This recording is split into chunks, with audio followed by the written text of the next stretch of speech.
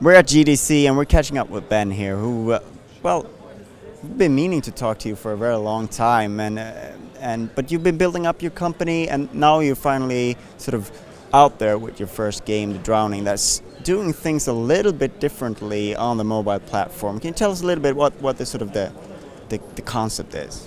Yeah, so what we've found out through kind of personal experience and research is that a lot of core gamers have got smart devices, they've got smartphones or tablets, but the games that are available for them kind of don't really suit their taste. There's only a few game titles out there that suit their taste for a deep, beautifully graphics, kind of adult, violent, serious experience. And what we wanted to do is, looking at shooters, create a shooter for smartphones and tablets which kind of respects the restrictions and the opportunities that you get with a mobile device, but which also has the feel and the tone and the story and the visuals of a console game. So we're about creating mobile games for core gamers, something that they can either experience as a snack in between their console games or their PC games, or maybe something that becomes their primary focus as a gamer if their lifestyle changes, or you know, if we all, as we get older, get less opportunities to sit down and play a game, and maybe there's an opportunity to transition people onto mobile devices. I think you're doing something very special with the controls, because a lot of the focus in sort of bringing in hardcore gamers into this kind of space has been to sort of add a controller, whether it's a physical controller on the bottom or something you add into it, but you're doing it completely differently. Yeah, one of our kind of philosophies from a design point of view is we don't believe that external controllers for mobile devices are the way forward. And I used to work at Sony, and we were, you know, working in the peripheral business on things like iToy, and we were always very clear that if you expected someone to buy a peripheral before they can play the game, that's always going to slow down the adoption of the game. That's why SingStar had the mics bundled, and that's why iToy had it bundled. And you know, these are digital games, so we can't bundle any physical things with them. So right from the outset, we said, let's not concern ourselves about the lack of controller. Let's just try and make a control system that works on these touch devices, and let's have a belief that this is a solvable problem. And we took great kind of inspiration from the Halo team, actually, who, you know, back in the early 2000s, no one would have believed you could do a AAA shooter on a console, and they basically solved all of the design problems with Halo 1 on Xbox One, and since then the console has become the biggest platform in the world for shooters. So we kind of had that feel of, okay, if we can solve this problem, then we can open up this platform for shooters, and let's just assume that it's possible and try and find a way to solve these problems rather than waiting for a hardware solution or just outright kind of giving up on it. But it's not just the controls that are different, of course. You're also the sort of the gameplay experience has to be bite-sized, has to be appropriate for the platform. So it's a little bit of a different style of shooter than what you're perhaps used to. Yeah, absolutely. We're quite proud of the fact that this is unlike any shooter anyone's played. I mean, it feels like a shooter and it appeals to shooter fans, but the way it controls and also the kind of structure of the game is completely and utterly unique. We know that mobile devices are often played in short chunks, so we wanted to create a gameplay loop that was manageable if you're sitting down for just 2 minutes at a time and playing the game, and that you can make progress in 2 minutes.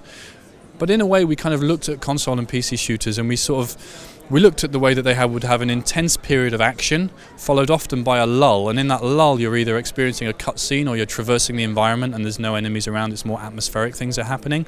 So what we did is we took that 2 minutes of gameplay, and that actually happens in the 3D world, and then that lull of inventory management or of story or of kind of other types of kind of non-action progression, they all take place in menus. And a menu is great because that menu can be put to sleep on the device and you can bring it up several hours later, or you can just shut down the device completely and start it up again and you're in the same spot. So it's a different and new way of kind of experiencing a shooter, but we think it appeals to a core shooter audience. Free-to-play shooter that's single player sort of sounds like a conundrum to me. How do you go about sort of dealing with that, and what kind of design choices did you do there? Yeah, so that's not really been attempted on any scale, maybe not at all, to do a free-to-play, story-based, single-player shooter. But luckily, we're owned by a big Japanese company called DeNA. They're probably one of the top 5 games companies in the world in terms of their size, their market cap. They're huge, multi-billion-dollar market cap.